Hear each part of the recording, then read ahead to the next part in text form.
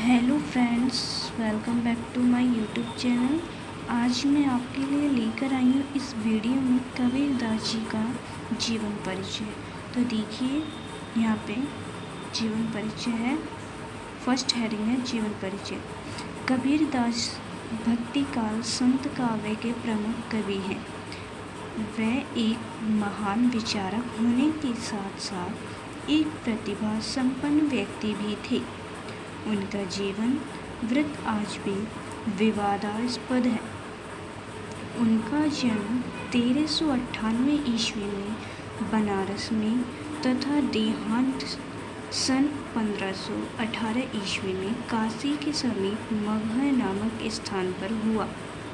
एक जनश्रुति के अनुसार वे काशी के विधवा ब्राह्मणी से उत्पन्न हुए। ये जो समाज से डरकर उन्हें लहर तारा नामक तालाब की सीढ़ियों पर छोड़ गई थी। नीरू नीमा नामक नेह संतान जुलाहा दंपत्ति ने इनका पालन पोषण कर बड़ा किया। नेह संतान यानी जो नीरू और नीमा थी, उनके पास कोई संतान नहीं थी। और जब कबीरदास जी को इन्होंने समुद्र के किनारे पड़ा देखा तो इन्होंने ही इनको गोद लिया और उनका पालन पोषण किया। आगे चलकर लोई से इनका विवाह हुआ। इनकी पत्नी का नाम लोई है। कमाली इनके बेटा बेटी थे। कमाल इनका बेटे का नाम है, कमाली इनकी बेटी का नाम है। इनके गुरु का नाम रामानंद था।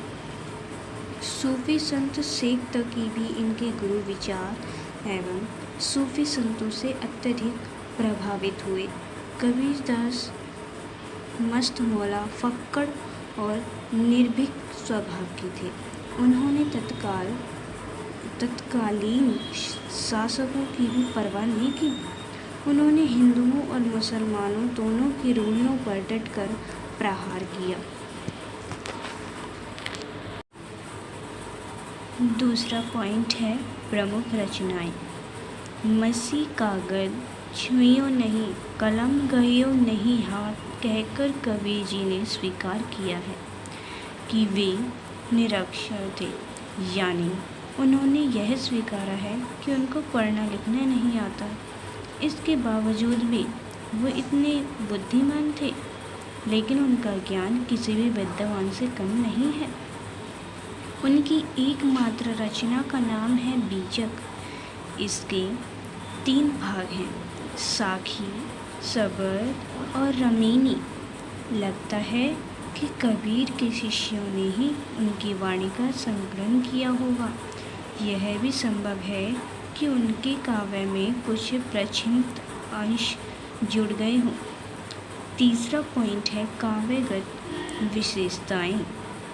कबीरदास निर्गुण तथा निराकार ईश्वर में विश्वास रखते थे। उनका विचार था कि ईश्वर निराकार रूप में कण कण में वास करते हैं। निराकार जिसका कोई भी आकार नहीं होता है। निर्गुण राम जपहूँ रे भाई, अविगत की गति लखी नहीं जाई। कबीर ने अपनी वाणी में गुरु की महिमा का गान किया है। गुरु से ही उसे ईश्वर की प्राप्ति होती है। सतगुरु की महिमा अनंत किया उपकार।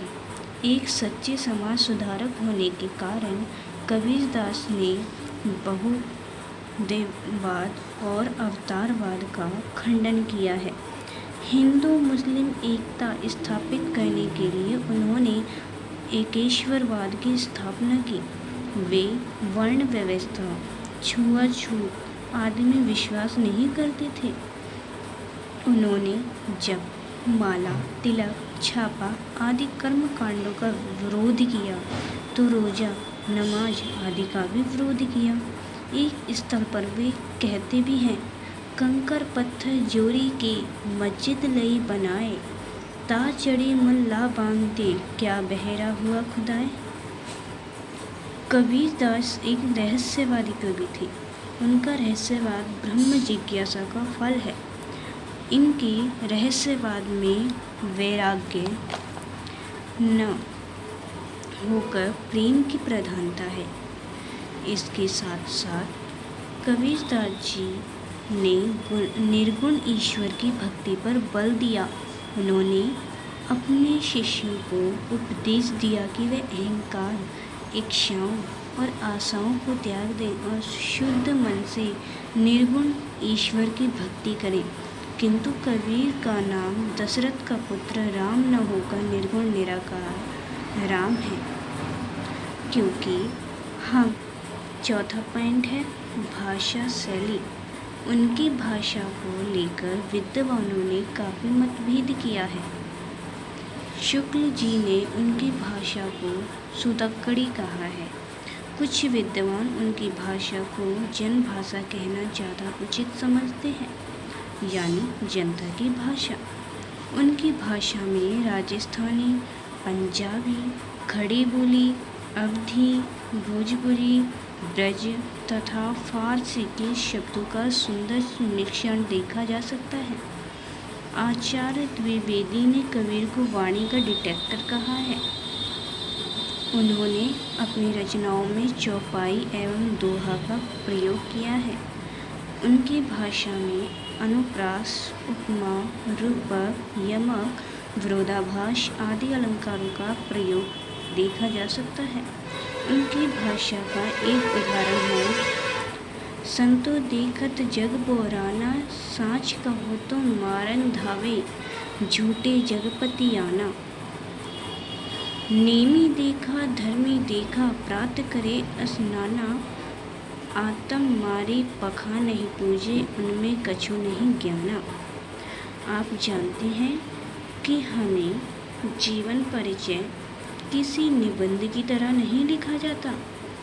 हमें हेडिंग डालकर लिखेंगे या लिखा जाए तो उसमें पूरे मार्क्स मिलते हैं। और हमेशा शिक्षक हमें यही सलाह देते हैं कि यदि आप एक निबंध लिख रहे हैं तो उसको भी आप हेडिंग डालकर ही लिखें। और ये तो हमारा जीवन परिचय है। तो जीवन परिचय में हमारी आप कोई सा भी किसी भी लेखक का जीवन परिचय लिखते हैं तो उसमें आपको केवल 4 ही हेडिंग बनानी होती हैं। पहला जीवन परिचय, दूसरा प्रमुख रचनाएं, तीसरा काव्यगत विशेषताएं और चौथा भाषा शैली।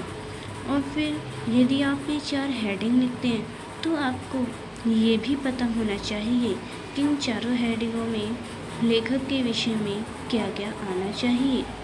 अगर मेरा ये वीडियो आपको अच्छा लगा हो तो प्लीज़ लाइक करें, शेयर करें और सब्सक्राइब करना ना भूलें। धन्यवाद।